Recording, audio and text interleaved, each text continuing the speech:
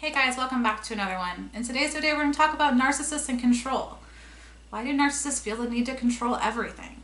What is that about? But before we get into it, I want to welcome you. If you're new here, my name is Jenna. I'm a psychotherapist that specializes in relationships. And on this channel, I talk a lot about toxic relationships, narcissists, narcissistic relationships, and codependency.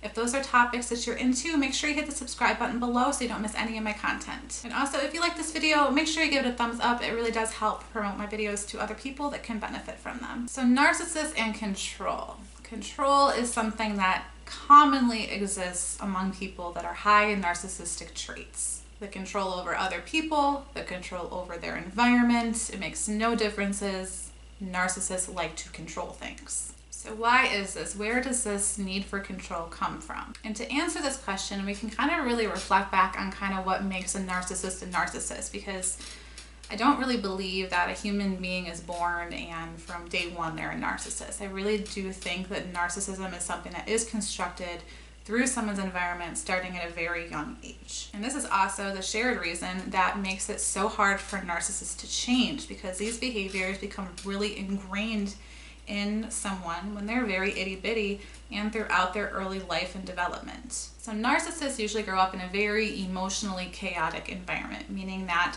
there's not a lot of emotional validation that happens in the home. So usually at least one of the parents is pretty emotionally unavailable. So this can look like having a parent that is a narcissist themselves.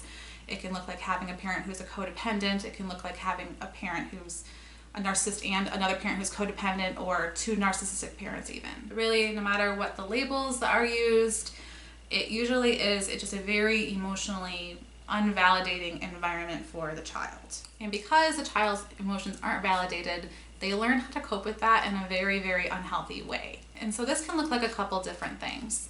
The first thing is the child is only ever given validation or attention if they do something really well. So they really excel at a sport and they win a lot at the sport, so they're given a lot of praise for winning at the sport.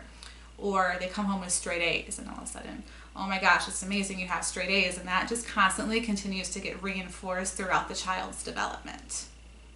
But if they don't win, usually either the opposite happens, where the child is put down, or they aren't given any attention for that. So if they come home with a B-, for example, they're either going to get scolded or reprimanded for that, or the parent's going to be completely absent and not respond to it at all. Another common theme is they come from a household with a lot of abuse. So this can look like domestic abuse. So usually one parent is a narcissist and the other one is, maybe more codependent or a non-narcissistic parent, and they kind of see this song and dance throughout development. They kind of think that that's normal, so they kind of mirror or take on the behaviors of one of the other parents. So it's learned behavior. Or they themselves are also being abused, and they can really only get their needs met if they act in certain ways. So they really kind of learn how to manipulate their environment in order to get their needs met. And the child grows up believing that in order to be safe, in order to have their needs met, they need to continue to maintain control over people and their environment. So this whole need for narcissists to really control others and control their environment really stems from them feeling a lack of control at a very young age. And this control that narcissists need to maintain over others and their environment really can come off as a big cluster of abusive behaviors, using people to serve their own wants and needs. And not only does this abuse function as a way to get their wants and needs served, it also functions as a way to avoid narcissistic injury. Narcissistic injury is basically a blow to the ego of a narcissist. Narcissists, they create a false self to keep their real self hidden. So when you commit, let me use the word commit, a narcissistic injury against a narcissist, it really is like piercing through that fake self and hitting the real self. And that's not a good nerve to hit for a narcissist. So they don't like this feeling. They don't want that to happen. So to avoid having that happen, they really, really like to have control over their environment, other people, to prevent a narcissistic injury. So control in narcissistic relationships, yes, it can be about the person or the victim. It also is about protecting themselves too. And I think that that's the part that isn't talked as much about. When it comes to control over the person or the victim in the dynamic, or the relationship, or whatever it is between you and a narcissist, it usually is to try to prevent you from leaving. So that is a lot of the times where we see a narcissist really tear apart the self-esteem of their victim to, really even physically sometimes prevent you from leaving them. It is also because they want to keep that narcissistic supply alive. Narcissists can't internally validate. They require validation from other people. They require emotional energy from others. And they want to keep the supply as close as they can to them. So this is where we kind of see a lot of that whole gaslighting coming in, the smear campaigning, the verbal abuse, the hot and cold, all of that behavior coming out of a narcissist in order to keep their victim nice and close to them. If you leave a narcissist, that is like the ultimate fear of theirs. Rejection is something that narcissists, they do not accept their true self, right? They actually self-reject themselves. And if you reject them too, this is a reinforcement of trauma, really, really deep embedded issues that they do not want to relive through another person. They want how awesome they are to be reinforced. They want, that attention that, you're so great to be reinforced. They do not want things like rejection or dismissal to be reinforced. It hits way too close to home for them. So what can you do to respond to a narcissist's need to control? The simplest way to respond to this need for control is to not play.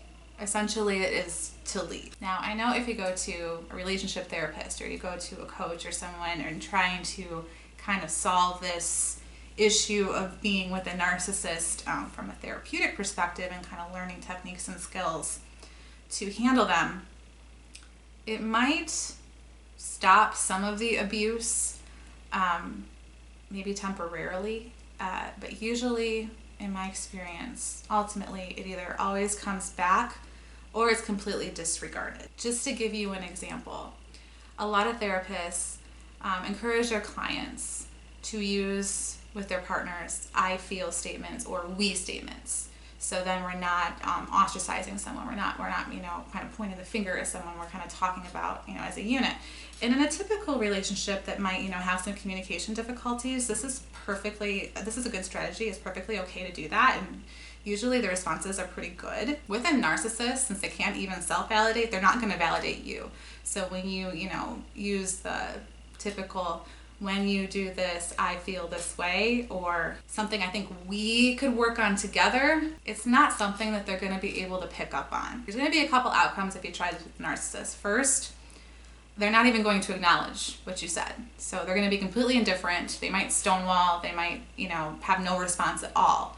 They might completely shut you down. They might change the topic. They're not going to acknowledge it. It's just going to be a disconnect. Another thing that could happen is they could respond quite negatively to it because they're perceiving it as an attack. Okay, you're pointing out some sort of flaw in them, and that's not okay with them. They're going to, especially in the case of, louder, more overt narcissists, tend to have a lot of unpleasant things to say in response of you pointing out something that might be wrong with them, even if you do it in the most delicate, careful way possible. The inability for a narcissist to take the perspective of somebody else really, really interferes with their ability to communicate effectively. So you coming in, trying to coach them, trying to teach them how they're making you feel, or things that you both could work on together, is not going to have the same response as saying this to maybe more of an absent partner or a partner that struggles with communication that doesn't have the narcissistic traits too. It's not that it's a bad idea to learn how to communicate that way, it just tends to not be effective with narcissists. Another thing that doesn't help is to react. The more that you try to fight against the control a narcissist instills in your life,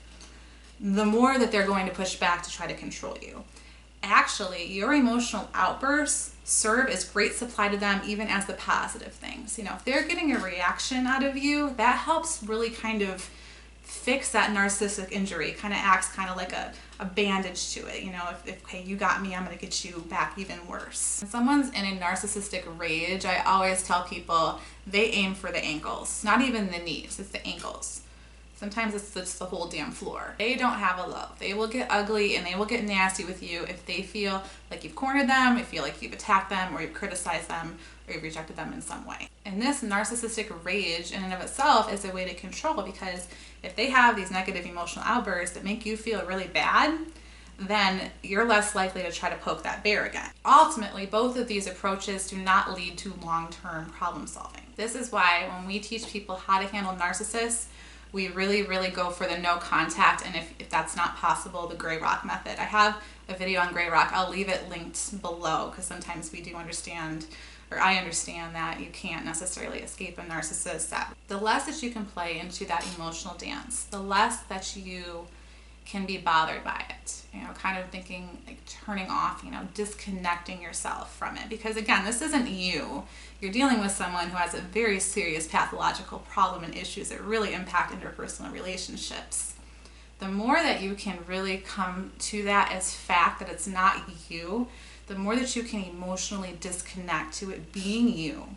And the narcissist is going to try to make it feel like it is you. But the more that you can disconnect from that, the easier it is to really tune out of it. That means to not play the game, not be reactive towards it, not try to fix and solve it. Fixing and trying to solve a narcissist, that's codependent behavior. That's actually, they like that. That's why codependents tend to kind of get into long-term relationships with narcissists, because they want to fix and solve all of the problems. And that's not healthy. That's the dynamic that is going to keep you stuck. So I don't recommend trying to fix and solve the issue, and I don't recommend being reactive to the issue. Really, the only way to win with a narcissist is to not play. Thank you for watching this video. I hope it was helpful for you. If it was, make sure you give it a thumbs up. If you haven't yet, make sure you hit the subscribe button, subscribe to my channel. I would love to see you in future videos. Love it if you would leave questions below on this topic. I'm always looking for new video ideas. I want to make videos you guys want to see. So if you have ideas, make sure you leave them below. And I will see you in the next one.